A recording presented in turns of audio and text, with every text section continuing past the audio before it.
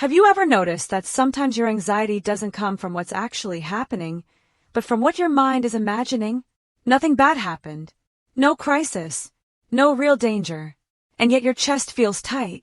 Your heart starts racing. Your stomach turns. All because your mind created a story, and your body believed it. That's one of the most confusing parts of anxiety. It can feel overwhelming, physical, and urgent, even when nothing is wrong in your real life. Your mind starts replaying conversations, imagining outcomes, predicting reactions that haven't happened. And suddenly, your body reacts as if all of it were real. If this sounds familiar to you, take a second right now and subscribe to this channel. This space is for women who want to understand their minds, calm their emotions, and stop feeling controlled by thoughts that never seem to slow down. Because what we talk about here might help you feel less alone inside your own head. And what if I told you that a large part of your anxiety is not caused by life, but quietly created inside your own mind? And what if learning how your mind does this could help you slow it down instead of fighting it? Before we continue, let me ask you something. Where are you watching this from today? I always like to imagine how far these conversations travel, how people in different places, different lives, can feel the same invisible emotional weight. And stay with me until the end of this video, because you'll understand why your brain keeps creating anxiety, even when your life looks calm on the outside. Anxiety doesn't always begin with danger. Very often, it begins with interpretation, with assumptions, with imagined scenarios, with meanings your mind gives to things before you even realize it's happening. Your mind's job is not to make you happy. It's to keep you safe. So it scans. It anticipates. It prepares. The problem starts when that protection goes too far. Your mind begins reacting not to what is real, but to what might happen. And your body doesn't know the difference.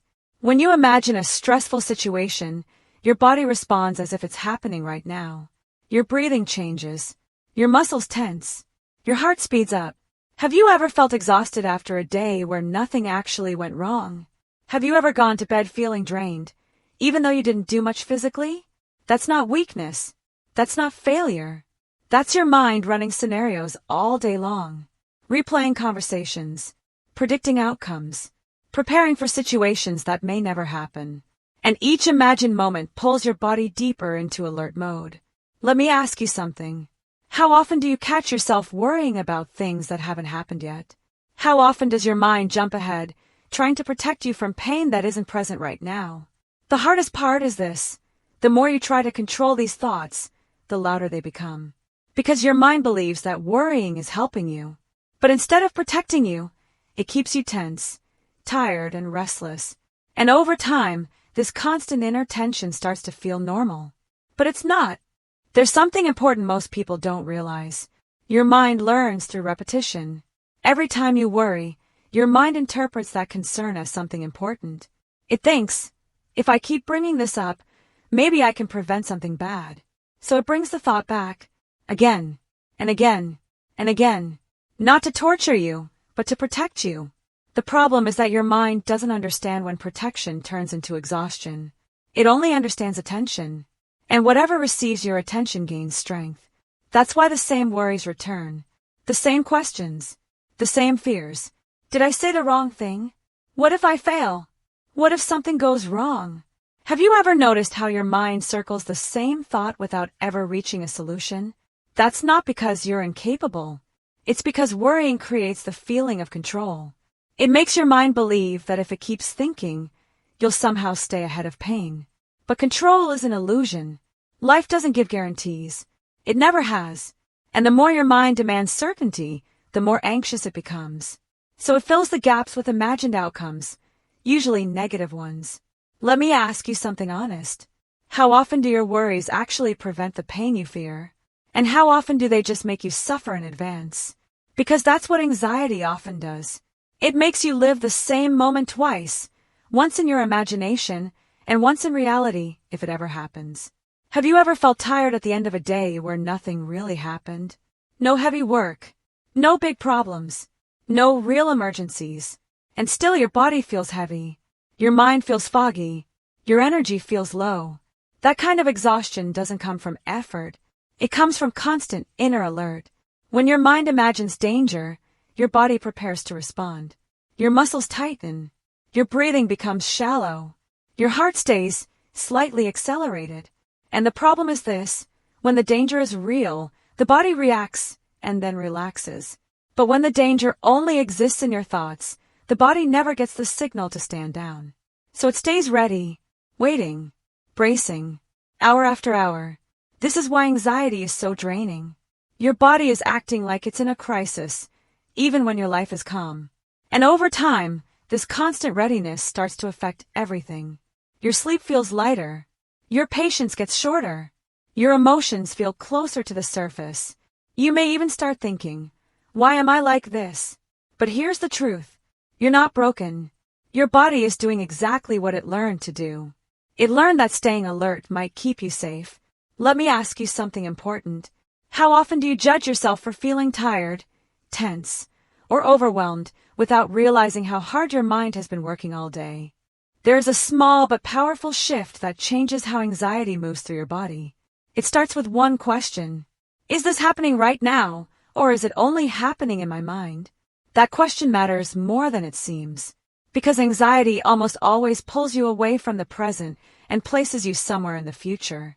A conversation that hasn't happened, a reaction you haven't seen, an outcome you haven't lived, and your body follows your mind there. But when you ask that question, you gently bring yourself back to this moment, back to what's actually real. Take a moment right now. Notice your breathing. Notice where your body touches the chair, the floor, the bed. Nothing dramatic, nothing forced, just awareness. This isn't about calming yourself down. It's about reminding your body that it doesn't need to defend you right now. And when your body senses safety, your mind begins to slow on its own. Have you ever noticed that anxiety loses some of its power when you stop arguing with it? When you don't try to push it away or fix it immediately? That's because resistance tells your mind that something is wrong. But presence sends a different message. It says, I'm here. I'm safe. I can handle this moment. Here's something else that happens when you anchor yourself in the present. Your senses wake up. You start noticing details you missed before. The weight of your body, the temperature around you, the sounds in the distance. These aren't distractions. They're evidence. Evidence that right now, in this exact moment, you are okay. And your nervous system needs that evidence more than it needs your explanations. Because the body doesn't understand logic. It understands sensation. It understands what it can feel, hear, and touch. So when you bring your attention to what's physically present, you're not avoiding your anxiety. You're teaching your body that this moment is manageable.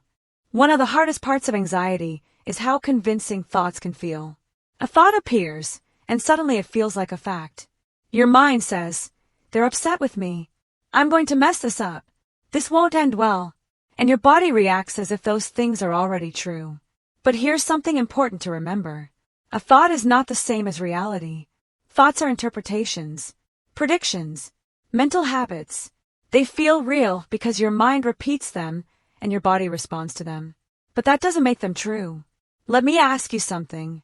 How many things you once feared never actually happened?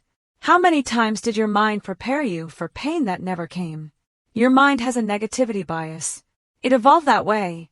Thousands of years ago, the humans who worried about danger were more likely to survive than the ones who didn't. So your brain learned to expect problems, to scan for threats, to prepare for the worst. That served your ancestors well. But in modern life, that same mechanism can trap you. Because most of the dangers your mind imagines aren't physical threats. They're social situations, uncomfortable conversations, possible rejections, things that feel threatening emotionally, but aren't actually life or death. And yet your body responds the same way as if a predator were chasing you. When you start noticing thoughts as thoughts, something shifts. Instead of being pulled into them, you begin observing them. This is a thought, not a fact. That small distinction creates space. And in that space, your body begins to relax. Because it no longer believes it needs to defend you from something real. You can even go further. You can ask yourself, what evidence do I have that this thought is true? What evidence do I have that it might not be? Not to argue with yourself, but to remind your mind that there are multiple ways to see the same situation. And usually, The anxious interpretation is just one possibility among many. Most people try to fight their anxiety. They argue with it, judge it, blame themselves for feeling the way they do. But that inner pressure only adds another layer of tension. Think about it for a moment. If someone you loved was scared, would you tell them to stop worrying or get it together?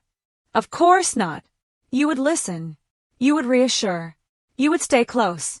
Your mind needs the same response. Anxiety is not a flaw. It's a protective signal that's stayed on for too long. And when you respond with harshness, your mind believes the danger is real. But when you respond with kindness, something different happens. Your body softens. Your breathing deepens. Your thoughts lose urgency. Try saying this quietly to yourself the next time anxiety shows up. I see that you're trying to protect me. Thank you. I'm safe right now. That simple inner response can be more calming than any argument or distraction. There's a reason why self-compassion works when self-criticism doesn't. Criticism activates your threat system. It tells your body that you're under attack, even if the attack is coming from yourself. Compassion activates your soothing system.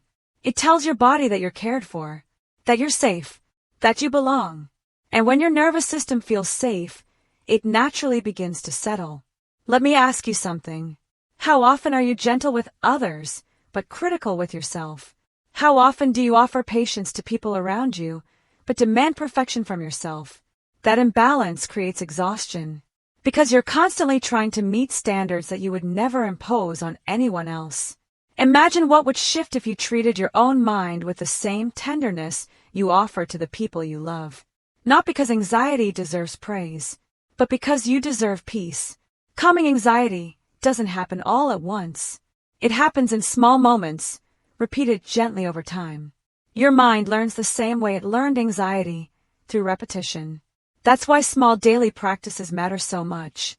Not because they eliminate anxious thoughts, but because they change how your mind responds to them. One of the most effective practices is simply noticing. Not fixing, not analyzing, just noticing. When a worried thought appears, pause and name it quietly. I'm worrying. I'm imagining. I'm predicting. That simple recognition creates distance. Another helpful practice is bringing attention back to the body. Feel your feet on the floor. Notice the temperature of the air. Listen to the sounds around you. These small anchors remind your nervous system that you are here, not in a future that hasn't happened. Writing can also help. When anxious thoughts stay inside your head, they feel endless. When you put them on paper, they become clearer and often less frightening. As you write, ask yourself, is this something happening now? Or is this a story my mind is telling? There's also something powerful about creating small rituals of safety. Maybe it's a morning routine where you take 3 slow breaths before checking your phone. Maybe it's an evening practice where you write down 3 things that went okay today. Not perfect, just okay. These aren't grand gestures, but they send a message to your nervous system. We're building stability here, one small moment at a time. Over time, your mind begins to learn that not every thought needs a reaction, and you begin to trust yourself more, not because you've eliminated anxiety, but because you've proven to yourself, quietly, that you can be present with it without letting it take over. When you stop fighting anxiety, you start hearing what it's trying to say. Anxiety often appears when something inside you needs attention. Not danger, but care. It can signal that you're overwhelmed, that you've crossed your limits, that you're carrying more than you should. Instead of seeing anxiety as an enemy, you can begin asking a different question. What is this feeling asking of me? Sometimes it's asking for rest, sometimes for honesty, sometimes for boundaries. When you listen this way, anxiety loses its intensity, because it no longer needs to shout. Have you ever noticed how emotions soften once they feel understood? That's what happens here. Your mind stops creating alarm when it feels heard. And this doesn't mean anxiety disappears forever. It means it changes its role. It becomes information, not a threat. Think about the last time you felt anxious. Underneath the racing thoughts, underneath the physical tension, what was the deeper concern? Was it fear of being misunderstood? Fear of not being enough? Fear of losing something important? Often, anxiety isn't really about the surface situation you're worried about. It's about a deeper emotional need that isn't being met. And when you can identify that need, you can respond to it directly, instead of getting lost in endless mental loops. For instance, if your anxiety is rooting in fear of rejection, the real need might be connection or reassurance. If it's rooted in fear of failure, the real need might be self-acceptance or permission to be imperfect. When you address the actual need, the anxiety often quiets on its own. Because it served its purpose. It got your attention. Anxiety grows stronger when everything stays inside your head. Thoughts looping. Scenarios repeating. No movement. Your mind starts believing that nothing is being handled. And when that happens, it tightens its grip. That's why small, real actions are so important. Not big decisions. Not dramatic changes. Small steps. When your mind sees movement, it relaxes. It understands that you're present, that you're responding, that you're not frozen.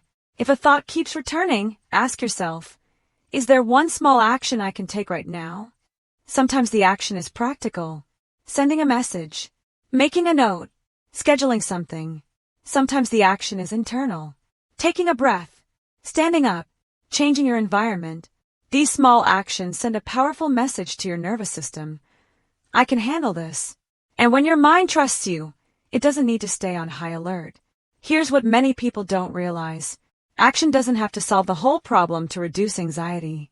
It just needs to show your nervous system that you're engaged, that you're not helpless, that you have agency.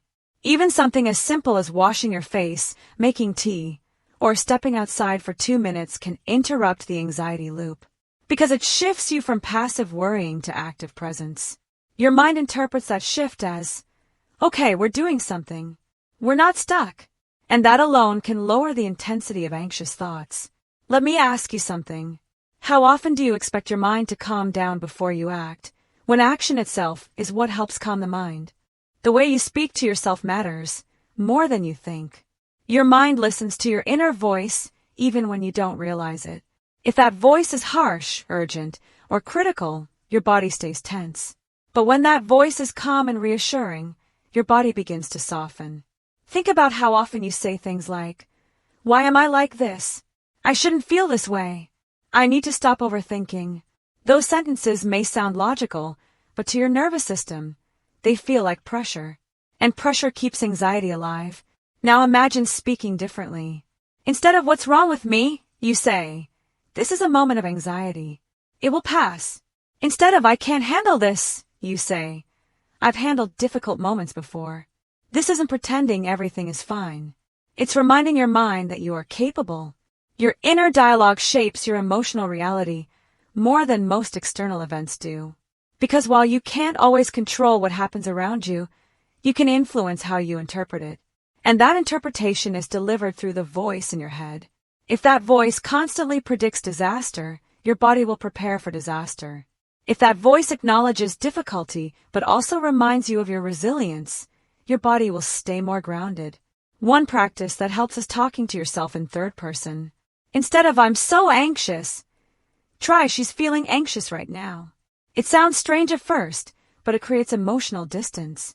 It helps you see your experience with a bit more perspective, like you're caring for someone else, which often brings out more compassion than when you're stuck inside your own head. Let me ask you something gently. If someone you love spoke to themselves the way you speak to yourself, what would you say to them? Would you let them continue? Or would you interrupt with kindness? Many people give up too soon because they think calming anxiety should happen quickly. They try a technique once, or for a few days, and when the anxiety returns, they assume nothing is working. But that's not how the mind changes. Your mind learned anxiety slowly, through repetition, through experiences, through moments when staying alert felt necessary. So it unlearns anxiety the same way.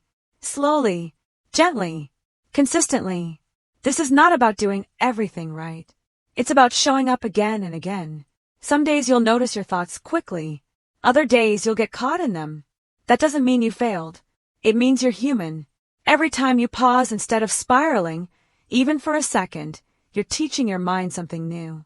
Every time you respond with awareness instead of fear, you weaken old patterns and strengthen calmer ones. Think of it like building a new path through a forest.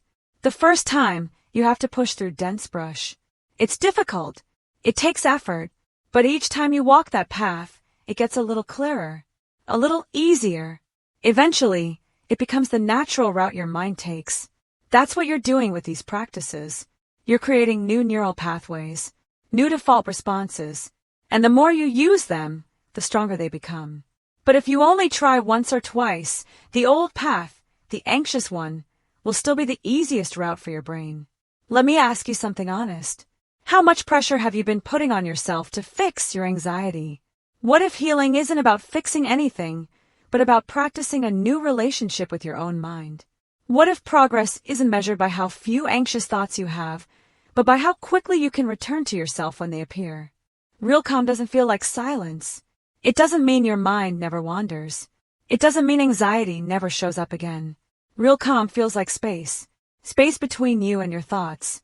Space between a feeling and a reaction. Space to choose. Many people expect calm to feel like relief all the time. But what it actually feels like is stability. You still notice thoughts. You still feel emotions. But they don't take over your entire inner world. Have you ever noticed that the most peaceful moments aren't dramatic? They're quiet, grounded, ordinary. That's the kind of calm you're building here. Not by forcing your mind to stop, but by learning how to stay present even when thoughts appear. And this is important to remember. Anxiety doesn't disappear forever, but it loses its authority. It stops running your life. It becomes something you experience, rather than something that defines you. You might still feel a flutter of nerves before an important conversation. You might still have moments where your mind races at night. But instead of those moments sending you into a spiral, you'll recognize them for what they are: temporary, manageable, human.